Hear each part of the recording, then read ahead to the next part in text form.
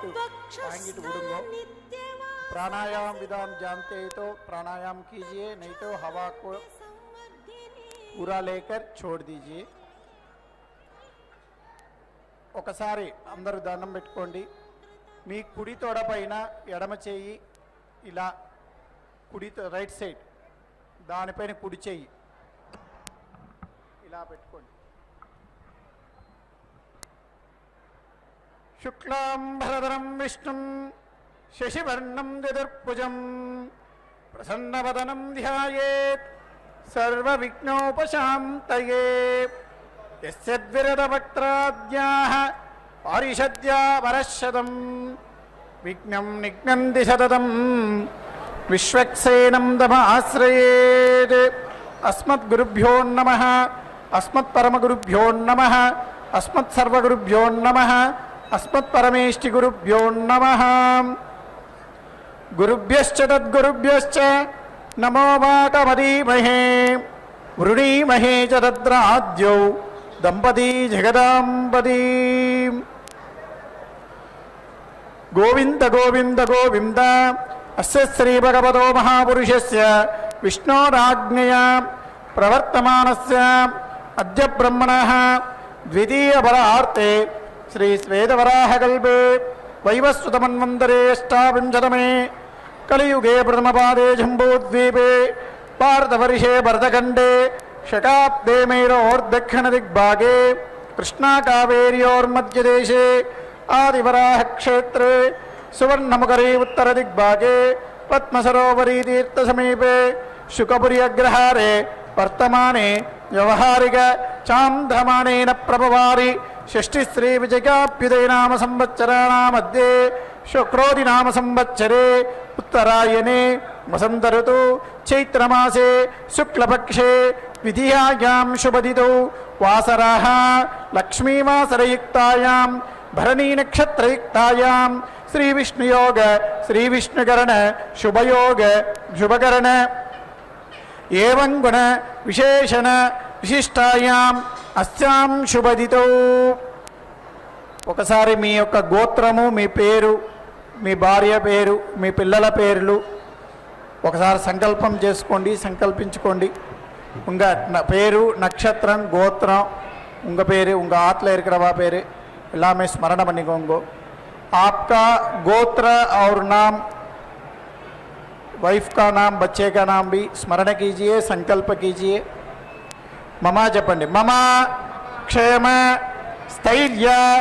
धैर्य वीर्य विजय अभय आयुः आरोग्य ऐश्वर्य अभिवृद्ध्यर्थं धर्म अर्थ काम मोक्ष चतुर्विध फल पुरुष अर्थ सिद्ध्यर्थं सकल कल्याण समृद्ध्यर्थं महालक्ष्म्याः परिपूर्ण कृपा कटाक्ष सिद्ध्यर्थं विशेषतः మీరు ఏ కోరికకైతే సంకల్పించి ఈ యొక్క కళ్యాణోత్సవం చేస్తున్నారో ఆ యొక్క కోరికను, సంకల్పాన్ని ఒకసారి అమ్మవారికి విజ్ఞాపనం చేసుకోండి। எதனால நீங்கள் இந்த கல்யாணோற்சவத்தை பண்ணுறீங்களோ அந்த संकल्पத்தை ஒரு வாட்டி தாயாருக்கு விज्ञापனம் பண்ணிக்கோங்க। जिस कामना के लिए आप ये कल्याणोत्सव कर रहे हैं उस कामना को माता जी को एक बार विज्ञापन कीजिए। मम जपने मम मनोभीष्ट फल सिद्ध्यर्थं प्राप्तित लक्ष्मी चिरकाल संरक्षणार्थं अप्राप्तित लक्ष्मी प्राप्त्यर्थं सकल कल्याण समृद्ध्यर्थं श्री अलर्मेल मंगा समेत श्रीनिवास नित्य कल्याण महोत्सवं आचार्य अनेन सहायेन कारयिष्ये। ఒకసారి అమ్మవారికి మనస్ఫూర్తిగా ధ్యానం చేసుకోండి। అలమేల మంగ వరద గోవింద గోవింద। ఒక గంట సేపు అమ్మవారి యొక్క కైంకర్యం ఇప్పుడు నిర్వర్తిస్తాము। మీరందరూ భక్తి శ్రద్ధలతో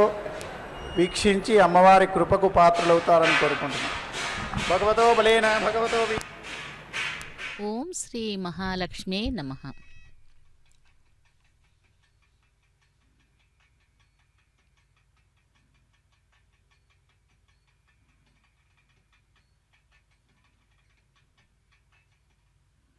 ஓம் ஸ்ரீ மகாலட்சுமியே நமः. நமஸ்தேஸ்து மகாமாயே ஸ்ரீபீட்டே சுரபூஜிதே சங்கச்சக்ர கதாஹஸ்தே மகாலட்சுமி நமோஸ்துதே. சித்தி புத்தி பிரதே தேவி பக்தி முக்தி பிரதாயினி மந்திரமூர்த்தே மகாதேவி மகாலட்சுமி நமோஸ்துதே என்று அந்த பத்மாவதி தாயாரை சேவித்துக்கொண்டு இன்றைய கல்யாண உற்சவத்திலே சங்கல்ப மந்திரங்களை கேட்டோம். அதைத் தொடர்ந்து இப்பொழுது நாம் சேவிக்க இருப்பது சேனா முதலி எனப்படும் விஸ்வக்சேனருக்கு ஆராதனை சுத்தி புண்ணிய வாசனத்துடன் திருக்கல்யாண மகோத்சவம் ஆரம்பமாகிறது. இந்த கல்யாண உற்சவத்தின் நேரடி ஒளிபரப்பின் வர்ணனையாளர் திருமதி ஏ அருணா. பங்குனி மாதம் இறுதியான வியாழக்கிழமை, குருவாரம் என்றும் லக்ஷ்மி வாரம் என்றும் கூறுவார்கள். பரணி நட்சத்திரத்துடன் கூடிய திருதியை திதி வியாழக்கிழமை. விசேஷமான இந்த நாளிலே அந்த தாயாரையும் எம்பெருமான் ஸ்ரீனிவாசனையும் சேவித்துக்கொண்டு இன்றைய கல்யாண உற்சவத்திற்காக செல்ல வேண்டும். அந்த திருச்சானூர் கோவில் உள்ளே இருக்கும் மண்டபத்திற்கு. மால் என்றால் அன்பு என்றும், மாலவன் என்றால் அன்புடையவன் என்றும் பொருள்படும். திருவாகிய திருமகளை தன் இதய தாமரையிலே எப்பொழுதும் கொண்டிருக்கும் நிலையே விஷ்ணுவை திருமால் என்று அழைக்க காணப்படுகிறது. பரிவு என்பது ஒருவிதமான பாசம்தான். இந்த பரிவின் காரணமாகத்தான் திருமாலும் திருமகளும் நமக்கு ஆத்ம தந்தையாகவும் தாயாராகவும் திகழ்கிறார்கள். லக்ஷ்மி பிராட்டியான திருமகள் தேவர்களும் அசுரர்களும் திருப்பார் கடலை கடைந்த பொழுது தாமரை மலரிலே தோன்றினாளாம். பங்குனி உத்திரத்தில் உதித்த பாவை என்றால் இந்த நன்னாள். ரங்கநாயகியாக ஸ்ரீரங்கத்திலே மற்றும் பல தலங்களிலே காட்சி தருகிறாள். திருமலையிலே அந்த திருமலை அப்பனுக்கு தன்னுடைய தேவியான பத்மாவதி தாயார் திருச்சானூரிலே எழுந்து அருளி அந்த பக்தர்களை காத்து வருகிறாள். அதேபோல் அனைத்து விஷ்ணு தலங்களிலும் கூட அந்த பகவானுக்கு ஏற்றது போல் மகாலட்சுமியாகவும்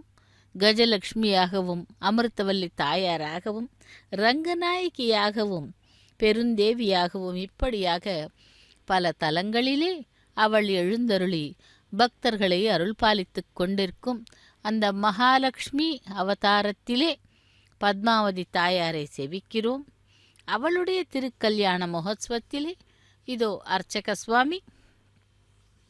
சங்கல்ப மந்திரங்களை கூறி சேனா முதலி எனப்படும் விஸ்வக்சேனருக்கு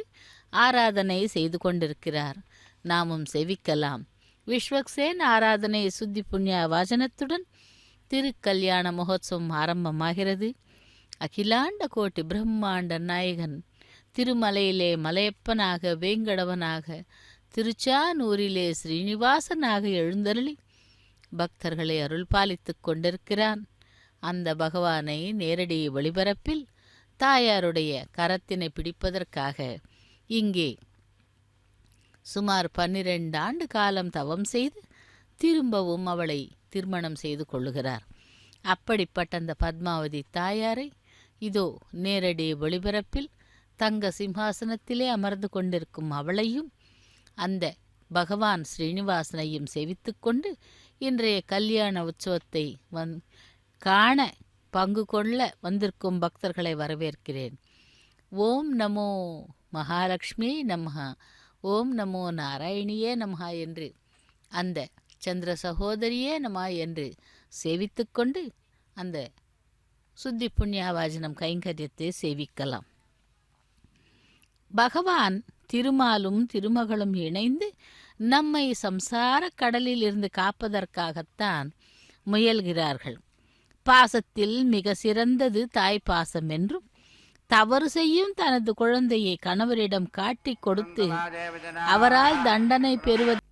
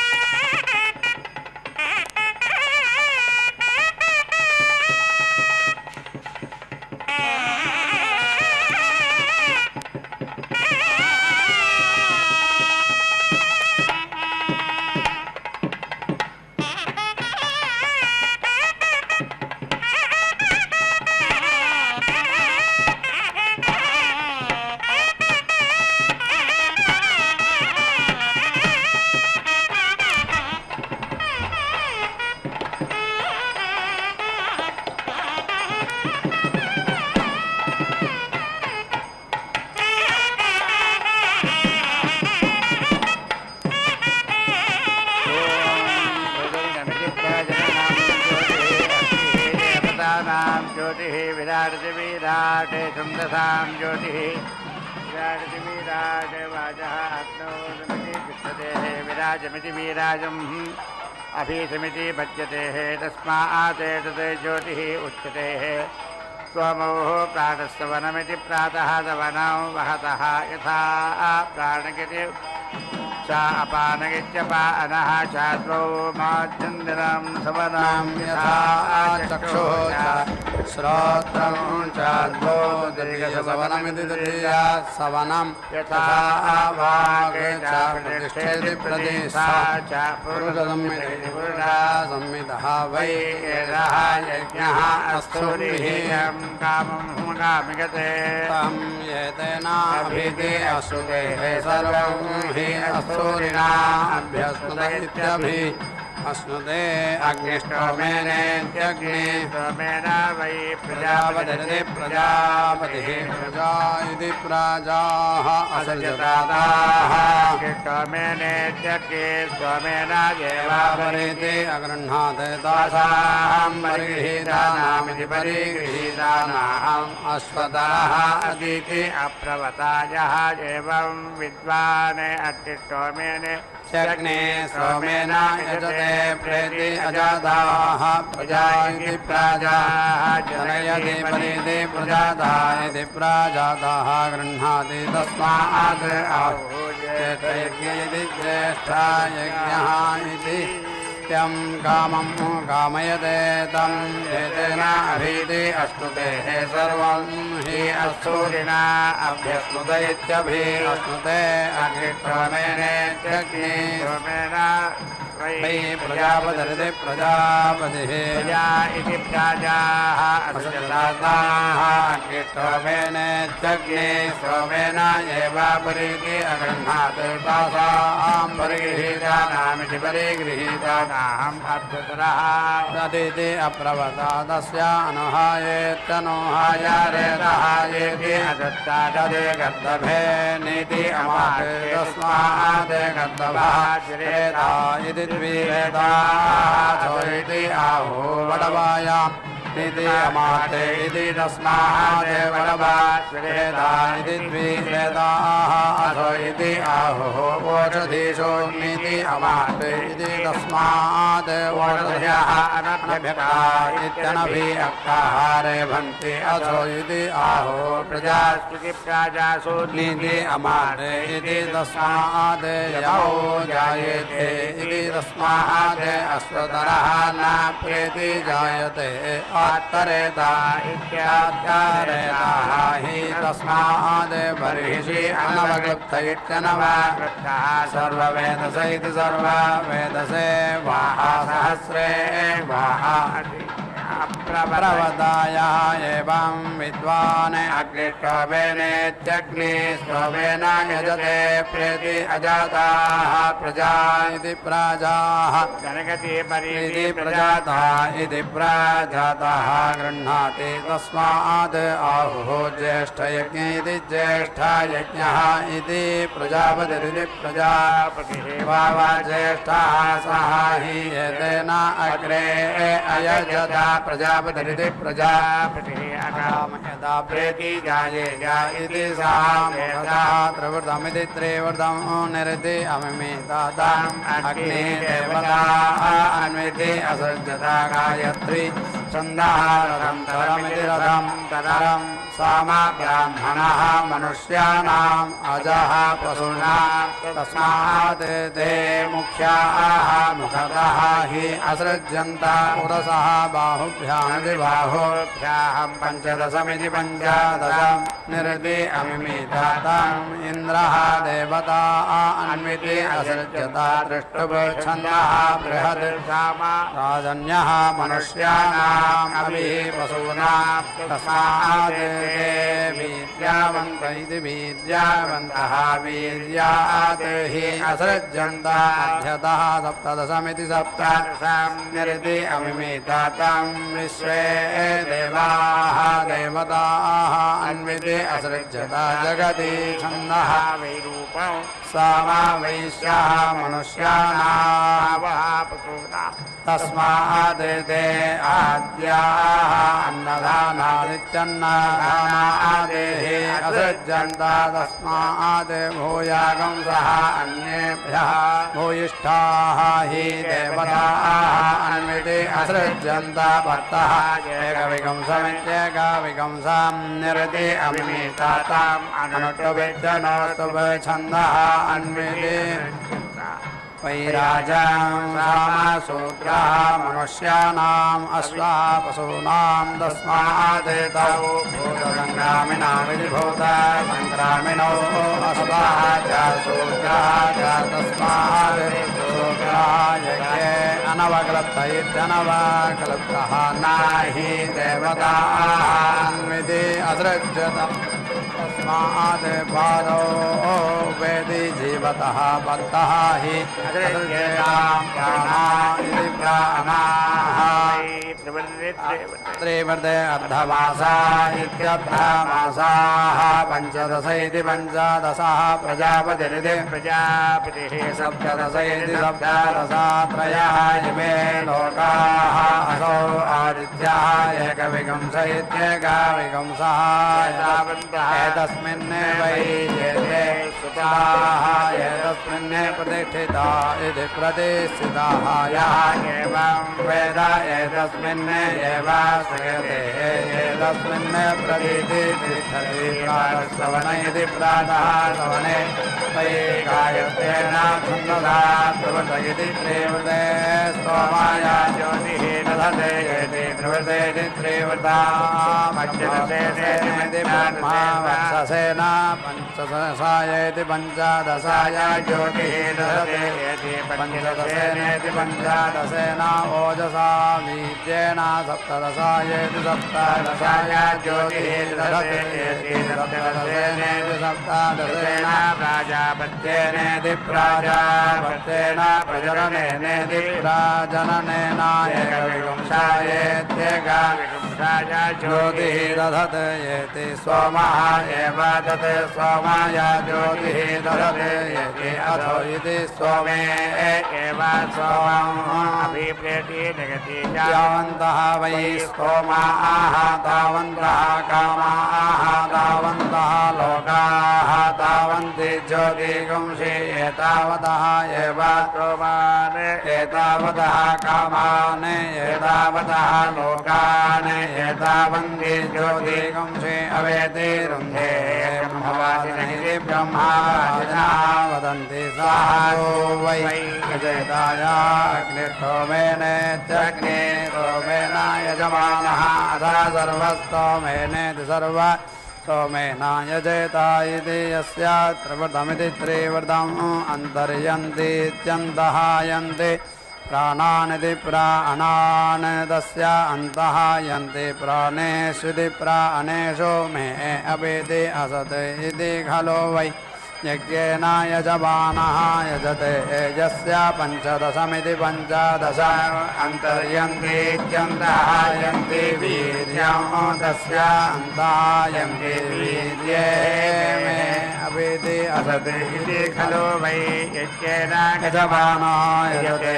यस्य सप्तदशमिति सप्तदशम् अन्तर्यन्तीत्यन्तः यन्ति प्रजामिति प्रजाम् तस्य अन्तः यन्ति प्रजायामिति प्रजायां मे अपिति असत् इति खलु वै यज्ञेन यजमानः यजते यस्य एकविकंसमित्येकविकंसम् अन्तर्यन्तीत्यन्तः यन्ति प्रतिष्ठामिति प्रति सां तस्य अन्तः यन्ते प्रतिष्ठायामिति प्रतिष्ठायाः मे अपेते असत् इति खलु वै यज्ञेन यजमानः यस्य त्रिनवमिति त्रिनवम् अन्तर्यन्तेत्यन्तः यन्ति ऋतो न च तस्य नक्षत्रियां च विराजमिति विराजम् अन्तः यन्ति ऋतुषो मे अपेते असत् नक्षत्रियाया च विराजिति विराजि इति खलु वै यज्ञेन यजमानः यजते यस्य त्रयस्त्रिकंसमिति त्रयः त्रिकंसाम् अन्तर्यन्तेत्यन्तः यन्ति देवताः तस्य अन्तः यन्ति देवतासु मे अपेते असत् इति खलु वै यज्ञेन यजमानः या वै स्तोमानाम् अवमां परमदां गच्छन्तं वेद परमदा एव गच्छति त्रिवृदित्रेवते वै स्तोमानः अवमः त्रिवृदित्रेवते परमाया एवं वेद परमदाम् एव गच्छति अङ्गिरसः वै सत्यम् आसदाते सुवर्गमिति सुभागम् लोकम् आयन्ने तेषाम् हविष्मान् च हविष्कृति हविः कृते च अहीयेतां तौ अकामयेताम् सुवर्गमिति सुभागम् लोकम् इयव इति तौ एतां द्विरात्रमिति द्विरात्रम् अवश्यतां तं येति अहरतां तेन अयजेतां तदा वै तौ सुवर्गमिति सुभागम् लोकम् अयितां यः एवं विद्वान् विरात्रेण द्विरात्रेण यजते सुवर्गमिति सुभागम् एव लोकम् यैति तौ अयितां पूर्वेण अह्नाः अगच्छताम् तरेणेत्युतरेणाभिप्लवयत्यभिप्लवः पूर्वम् भवति गतिः उत्तरमित्युते ज्योतिर्गमयति ज्योतिः सोमः सोमयत्यग्ने सोमः पूर्वम् भवति तेजः येनावेति सर्वस्तोमयति सर्वस्तोमः दिरात्र इत्यधिरात्रः उत्तरमित्युदोत्तरम् सर्वस्य आप्ते सर्वस्य अवरुद्ध्या इत्यवरुद्धे गायत्रं पूर्वे अहन्ने सामा भवति तेन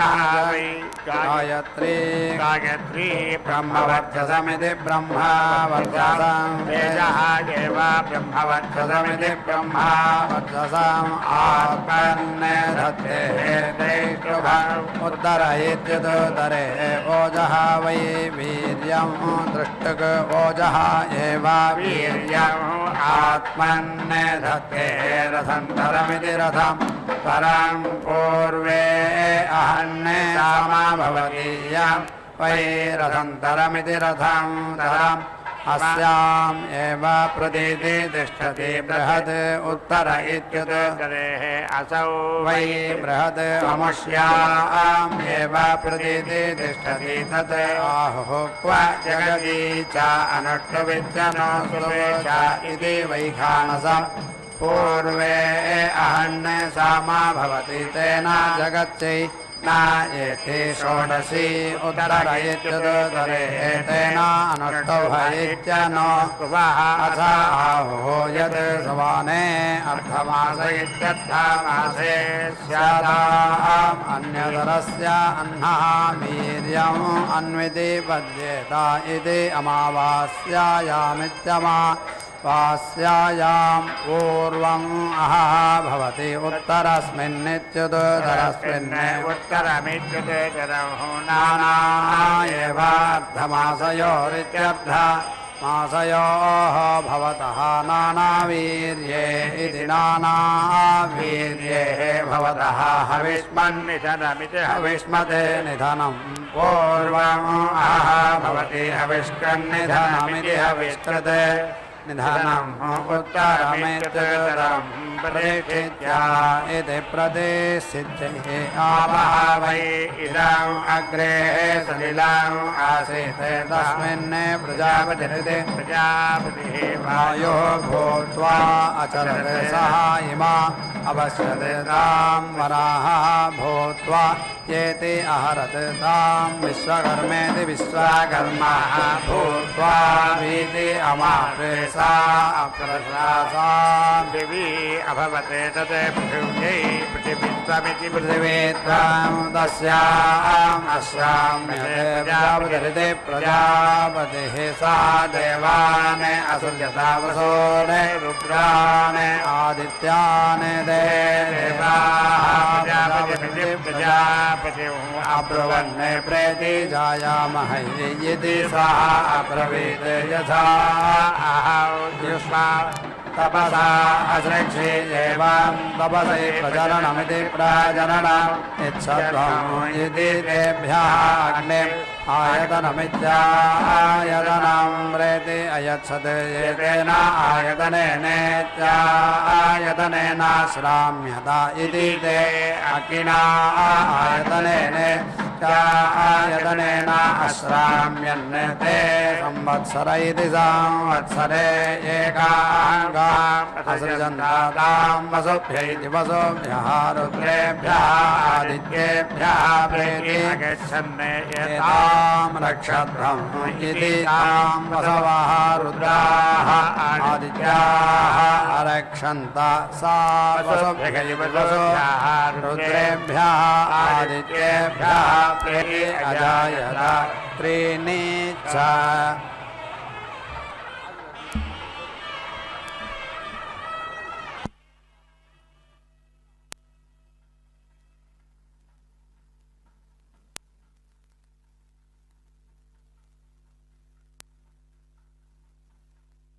நாம் விஸ்வக்சேன் ஆராதனை ரக்ஷாபந்தனம் இப்பொழுது அந்த தாயாருடைய திருக்கல்யாண மகோத்சவத்திலே மகா சங்கல்பம் கன்னியாதானம் கைங்கரியங்களை சேவிக்க இருக்கிறோம். மகா சங்கல்பம் என்பது அந்த பகவானுடைய திருக்கரத்திலே தாயாருடைய திருக்கரத்தினை வைத்து சாலங்கிருத கன்னியாதானம் செய்வார்கள். அதைத்தான் மகா சங்கல்பம் கன்னியாதானம் என்று கூறுவார்கள். அதாவது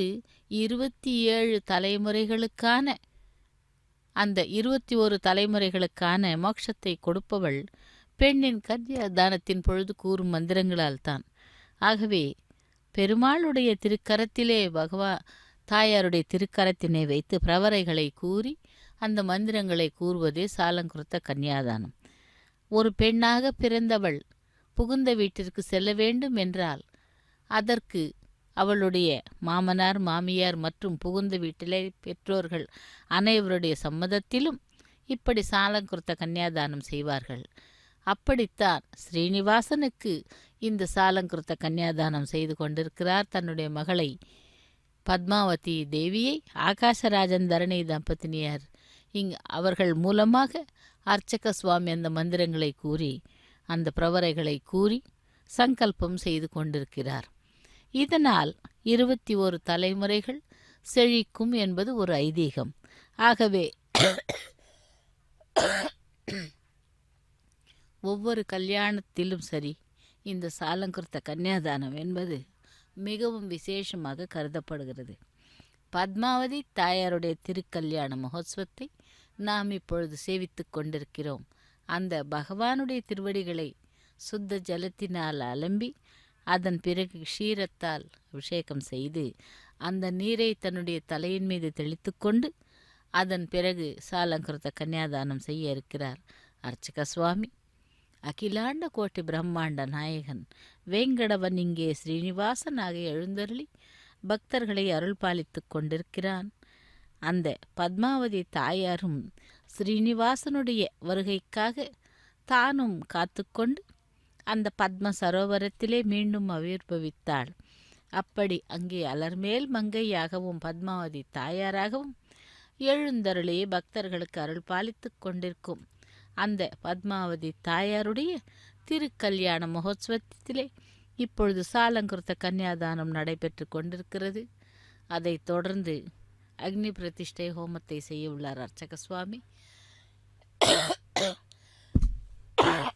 சேவிக்கலாம் அந்த பத்மாவதி தாயாருடைய திருக்கல்யாண மகோத்சவம். இன்று வியாழக்கிழமை, அதாவது குருவாரம், பங்குனி மாதத்தின் இறுதி வியாழக்கிழமை, வரும் 14ஆம் தேதியன்று தமிழ் வருட பிறப்பு குரோதி நாம சம்பத்சரம். ஆக இப்பொழுது நாம் இந்த வியாழக்கிழமை, அதுவும் விசேஷமான வியாழக்கிழமை, லக்ஷ்மி வாரம் என்று கூறுவார்கள், அந்த தாயாருடைய திருக்கல்யாண மகோத்சவத்தை நேரடி ஒளிபரப்பில் சேவித்து கொண்டிருக்கிறோம். பகவானே ஸ்ரீனிவாசனே கோவிந்தா கோவிந்தா என்றும், லக்ஷ்மி ரமண கோவிந்தா கோவிந்தா என்றும் பத்மாவதி தாயாரை சேவிக்கலாம். அந்த இருவரையும் ஆதி தம்பதிகளாக சேவித்து கொண்டு அவர்களுடைய அனுகிரகத்தை பெற சதா சர்வ காலமும் சேவிப்போம். லோக நாயகியான இவள் பல திருத்தலங்களில் பல்வேறு திருநாமங்களுடன் அந்தந்த தலத்திற்கு ஏற்ற வரலாற்றிற்கேற்ப அருள் புரிகிறாள். பூவினிலே பிறந்தவள் என்பதால் நன்றாக இவளுக்கு திருநாமங்களுள் புஷ்பவல்லி, செங்கமலவல்லி, தாமரை நாயகி, அணிமா மலர் மங்கை, கமலவல்லி, மலர்மங்கை என்று அழைக்கிறார்கள்.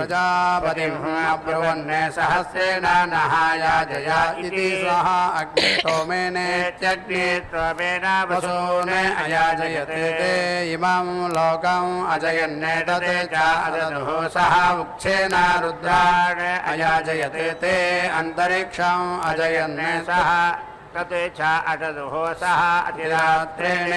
अतिरात्रेण आदित्यान् अयाजयन्ने ते अमं लोकम् अजयन्ने तत् च अददुः अन्तरिक्षं यवैर्यते दिवि अवैर्यता तस्मात् रुद्राः घातुकाः नायतना इत्यनायतनाः हि तस्मात् आहुः शिथिलं वै मध्यमम् आहातिरात्रस्य रात्रस्य वीतिः तद् अवैर्यते वा ऐर्यता इति त्रैष्टुभां मध्यमस्य अन्नः आज्यं भवति संयानानीति यानानि सूक्तानीति सूक्तानि सगुंसति षोडशिनं सगुंसति अन्नः धत्यै अशिथिलं भावाय शिथिलं भावाय तस्मात् रात्रस्येति त्रिरात्रस्य अग्निष्टोमयित्यग्निष्टोमः एव प्रथमम् स्यात् अथ उक्षः अथ अधिरात्र इत्यतिरात्रः येषां लोकानां विधृत्या इति विधृत्यै त्रीणि त्रीणीति त्रीणि त्रीणि शतानि अनोचीनाहमित्यनोचीना अहम् अव्यवच्छिन्नानीत्यवि अवच्छिन्नानि ददाति लोकानाम् अन्विति सन्दत्या इति सन्दत्ते दशतं नाविति छिन्द्यात् विराजमिति विराजं नायते विच्छिन्नदानीति विच्छिन्नदानि इति अथ या सहस्रतमेति सहस्रतमे आसीत् तस्याम् इन्द्रः च विष्णुः च व्यायच्छेदामिति वि आयच्छेदां सः इन्द्रः अमन्यता अनया वै इदं विष्णुः दहर्जो वक्ष्यते इति त्रिभागम् इन्द्रः तृतीये विष्णुः तद् वै एषा अभ्यनोच्यत इत्यभि अनोच्यते उभाजिज्ञतुः इति तां वै एता अच्छा भाग इत्यच्छा भागः एवा सगंसति व्यवैर्यते दिवि अवैर्यता तस्मात् रुद्राः घातुकाः नायतना इत्यनायतनाः हि तस्मात् आहुः शिथिलं वै मध्यमम् आहारात्रस्येति त्रिरात्रस्य वीतिः तद् अवैर्यतेत्यव ऐर्यत इति त्रैष्टुभम् मध्यमस्य अन्नः आज्यं भवति संयानानीति संयानानि सूक्तानीति सूक्तानि सगुंसति षोडशिनं सगुंसति अन्नः धृत्यै अशिथिलं भावायेत्यशिथिलं भावाय तस्मात् रात्रस्येति त्रिरात्रस्य अग्निष्टोमयित्यग्निष्टोमः एव प्रथमम् स्यात् अथ उक्षः अथ अधिरात्र इत्यधिरात्रः येषां लोकानां विधृत्य इति विधृत्यै त्रीणि त्रीणि सदानि अनोचीनाहमित्यनोचीन अहम् अव्यवच्छिन्नानीत्यभि अवच्छिन्नानि ददाति येषां लोकानाम् अन्विति सन्दत्या इति सां तत्यै दशदं न वीति छिन्द्यात् विराजमिति विराजं न यत् विच्छिन्नदानीति विच्छिन्नदानि इति अथया सहस्रतमेति सहस्रतमे तस्मा आसीत् तस्याम् इन्द्रः च विष्णुः च आयच्छेतामिति वि आयच्छेतां सः इन्द्रः अमन्यता अनया वै इदं विष्णुः वक्ष्यते इति तस्याम् अकल्पेत द्विभाग इति द्विभागे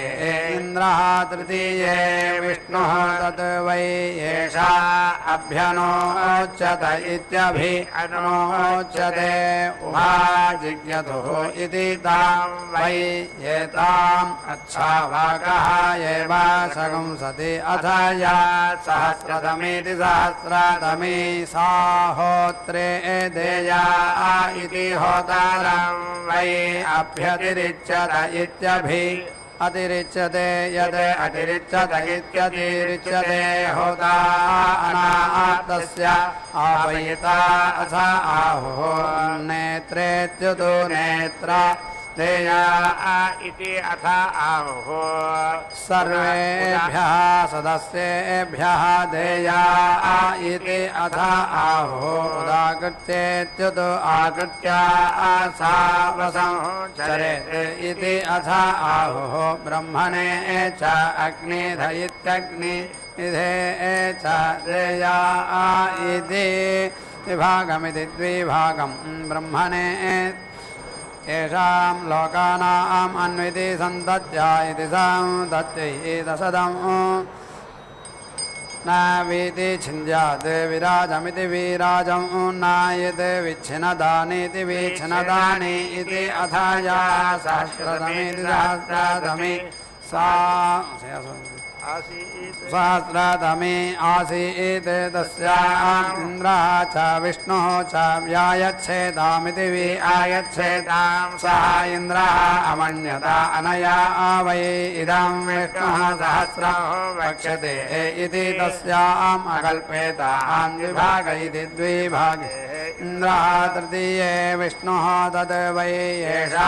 अभ्यनोच्यत इत्यभि अनोच्यते उभाजिज्ञतो इति तां वै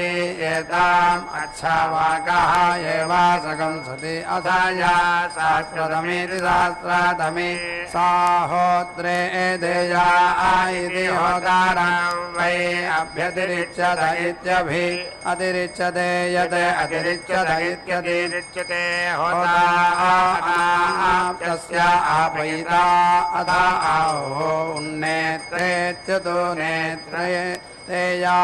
इति अतिरिक्तेत्यतिरिक्ता वै एषा सहस्रस्य अतिरिक्त इत्यतिरिक्ता उन्नेतेत्युतो नेता ऋत्विया अथ आहुः सर्वेभ्यः सदस्येभ्यः देया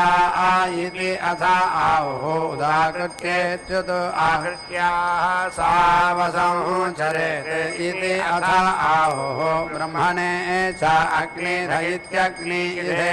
च देया इति द्विभागमिति द्विभागं ब्रह्मणे अग्निध इत्यग्नि इधे ऐन्द्रः वै ब्रह्मा वैष्णवः अग्निदित्यग्नि यथा एव तौ अकल्पेताम् इति अथ आहुः या कल्याणी बहुरूपेति बहुरूपा सा देया इति अथ आहुः या द्विरूपेति द्विरूपा उभयदयेनेत्युभयदः येनी सा देया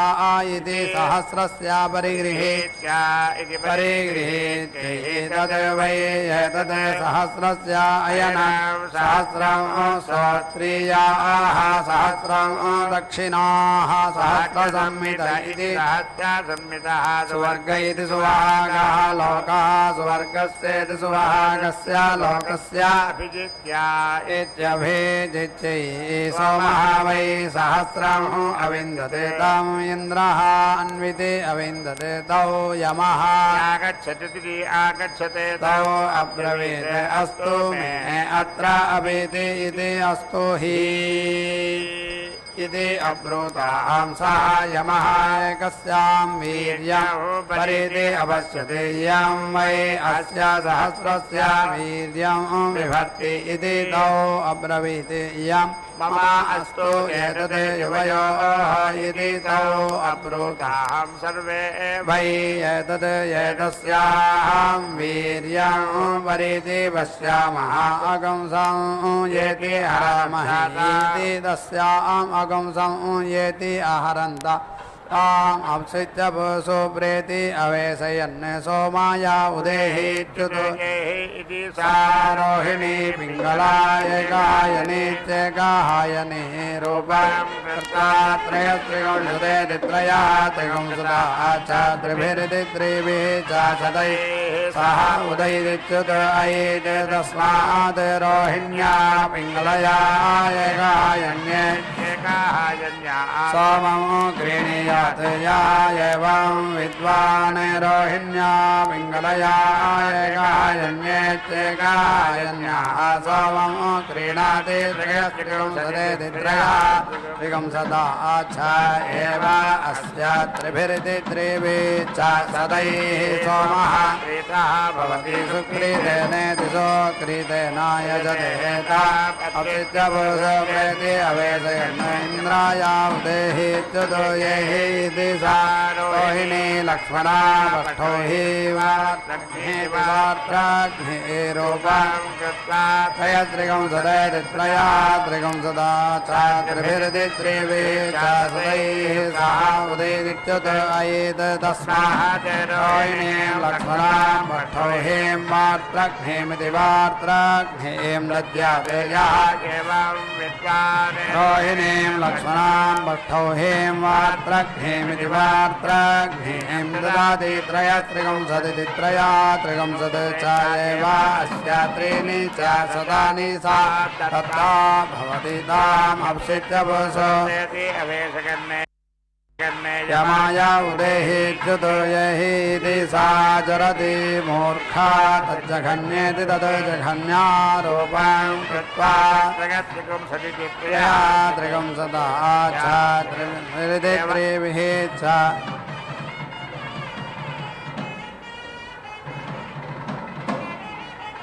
त्रिगुंसते दित्रयः त्रिगुंसताः च एव अस्य त्रिभिर्दित्रिभिः च शतैः सह उदयिच्युत अयेत् तस्मात् जरति मूर्खां तज्जघन्यामिति तत् जघन्याम् अनुसरणीमित्यनुसरणीं कुर्वीत यः एवं विद्वान् जरति मूर्खां तज्जघन्यामिति तत् जघन्याम् अनुसरणीमित्यनुसरणीं कुरुते त्रयस्त्रिगुंसति दित्रया त्रिगुंसति च एव अस्य त्रीणि च शतानि सा अमुस्मिन् लोके भवति वाक् एव सहस्रतमेति सहस्रतमे तस्मात् वरः देयः सा हि वरः सहस्रः अस्य सा दत्ता भवति तस्मात् वरः न प्रतिगृह्य इति प्रतिगृह्य सा हि वरः सहस्रम् अस्य प्रतिगृहीतमिति प्रतिगृहीतं भवति इयं वरः इति अन्यां ब्रूयात् इयं मम इति तथा अस्य तत् सहस्रम् अप्रतिगृहीतमित्यप्रतिगृहीतं भवति उभयदयेनेत्युभयदायेने स्याते तत् आभो अन्यदयेनेत्यन्यदायेने स्याते सहस्रम् परस्तादेयायेति या एव परः स्वभवानः कल्याणः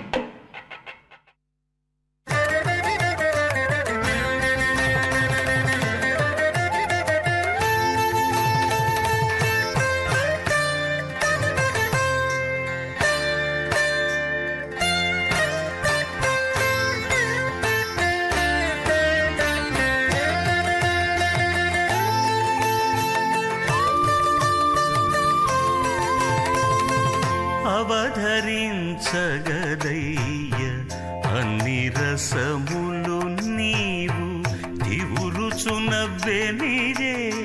తేనెమో విరసము అవధరించగదయ్య అన్ని రసములు నీవు తివురుచునవ్వెనిదే తేనెమో విరసము.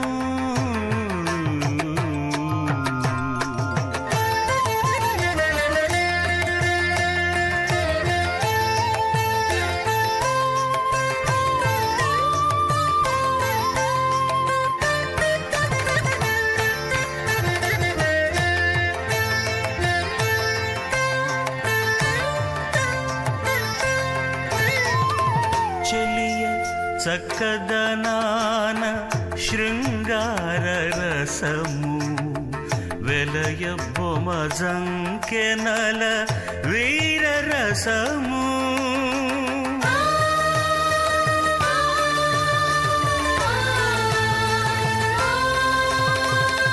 చెలియ చక్కదనాన శృంగార రసము వెలయ బొమజంకెనల వీర రసము కలయురతి కాంక్షలను కరుణారసము కలయు రతి కాంక్షలను కరుణారసము అలరుమై పులకలను అద్భుత రసం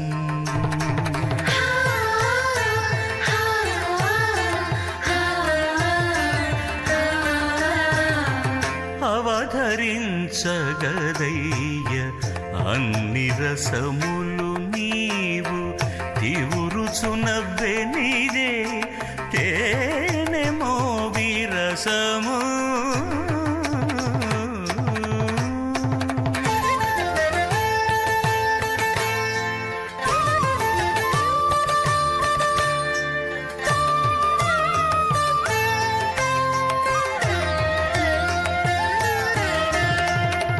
తరుణి సరసములను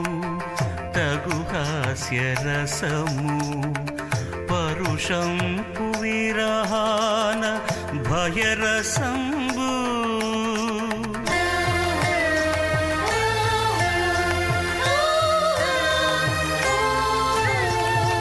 తరుణి సరసములను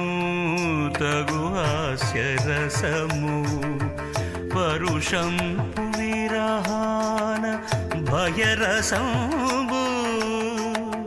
బెరయు నిబ్బరములను బీభత్సరసము గరిమమరు యుద్ధాన ఘన రౌద్ర రసము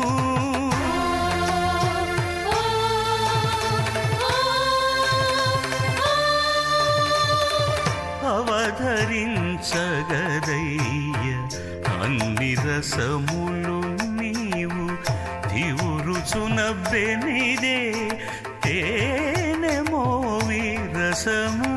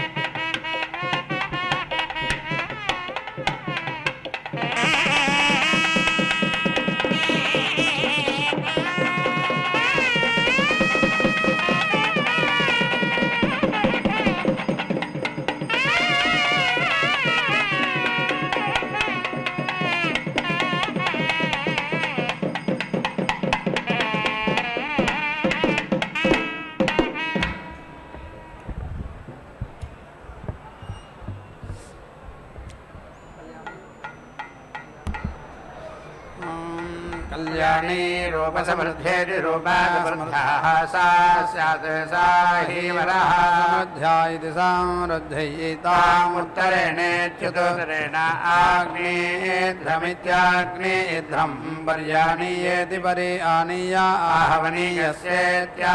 आहवनीयस्य अन्ते द्रोणकलशमिति द्रोणकलशम् अवेति घ्रापयेति येति जिघ्राकलशं मही उरुधारेत्युरुधारा भयस्वती येति त्वाः विशन्तु इन्दवः समुद्रम् इव सिन्धवः सा महासहस्रे येति भजा प्रजयेति प्रातिगा पशुभिरिति पशुभिः सह पुनः महायेति विशदाते रयिः इति प्रजयेति प्राजया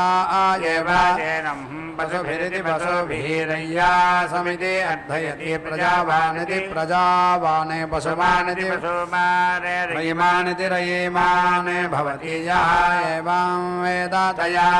सह आर्तिमित्याग्निध्रं परेत्येति परा इत्या पुरस्तादे प्रतीच्यां तिष्ठन्त्यां जुहुयाते उभा जिज्ञथो न परेति जयेथे इति न परेति जिज्ञे कदरा च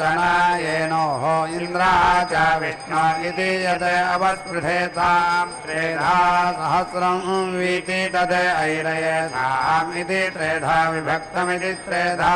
विभक्तं त्वयि इति त्रिरात्रे सहस्रं सहस्रीं येवायेनां करोति सहस्रस्य येवायेनां मात्रा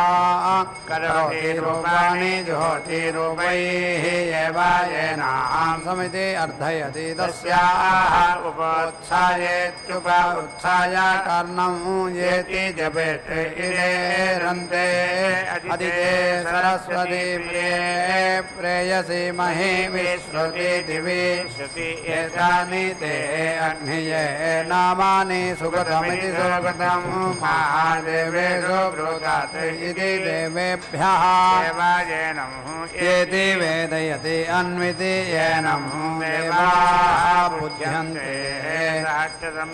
सहस्ररम्या वै यजमानः स्वर्गमिति सुभागं लोकं येति सा येनं सुवर्गमिति सुभागं लोकं गमयति सा सुवर्गमिति सुभागं लोकं गमय इति आह सुवर्गमिति सुभागं एवायेनं लोकं गमयति सा ज्योतिष्मन्तं लोकं गमय इति आह ज्योतिष्मन्तं एवायेनं सुवर्गमिति सुभागं लोकं गमयति सा सर्वान् पुण्यान् लोकान् गमय इति आह सर्वान् एवायेनं पुण्यान् लोकान् गमयति सा प्रतिष्ठामिति प्रतिष्ठां गमय प्रजयति प्राजगा पशुभिरिति पशुभिः सह पुनः मायेति विशदात् रयिः इति प्राजगा देवायेनं पशुभिरिति पशुभिरय्यां प्रतीति स्थापयति प्रजावानिति प्रजावान् पशुमानिति पशुमान् रयिमानिति रयिमान् भवति यः एवं वेद ताम् अग्निधयित्यग्निधे वा ब्रह्मणे वा होत्रे वा अध्वर्यवे वा दद्याते सहस्रम् अस्य सा दत्ता भवति सहस्रम् अस्य प्रतिगृहीतमिति प्रतिगृहीतं भवति यः ताम् अविद्वान् प्रतिगृह्णाति प्रतिगृह्णाति तां प्रतीति गृह्णीयात् एका अशिना सहस्रम् एका त्वा भूतां प्रतीति गृह्णामि न सहस्रम् एका महाभूता येति विषमा सहस्रम् इति एकाम् एवायेनां भूतां प्रतीति गृह्णाति न सहस्रम् यः एवं वेद सोना असि सुषदेति सुसदा सुसेवेति सुसेवा सोना मायेति विषा सुषदेति सु सदा मायेति विषा सुसेवेति सुसेवा मायेति विषा पूर्णाहुतिमुत्तवान्युः सर्वं वै पूर्णाहुतिः सर्वमेवाप्नोति अथ इयं वै पूर्णाहुतिः अस्यामेव प्रतिष्ठते नारायणाय विद्महे वासुदेवाय धीमहि तन्नो विष्णुप्रचोदयात् स्वाहा महादेव्यै च विद्महे विष्णुपत्न्यै च धीमहि तन्नो लक्ष्मी प्रचोदयात् स्वाहा।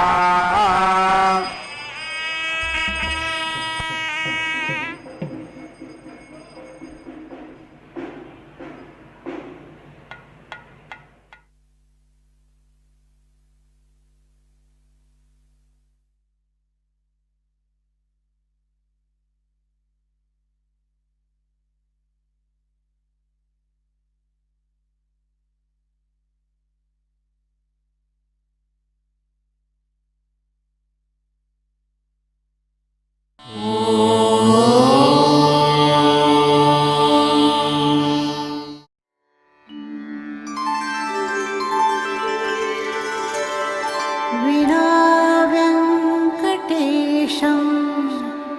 ननाथो ननाथः सदा व्यङ्कटेशं स्मरामि स्मरामि। हरे व्यङ्कटेश प्रसीद प्रसीद। प्रियं वेङ्कटेश प्रयच्छ प्रयच्छ।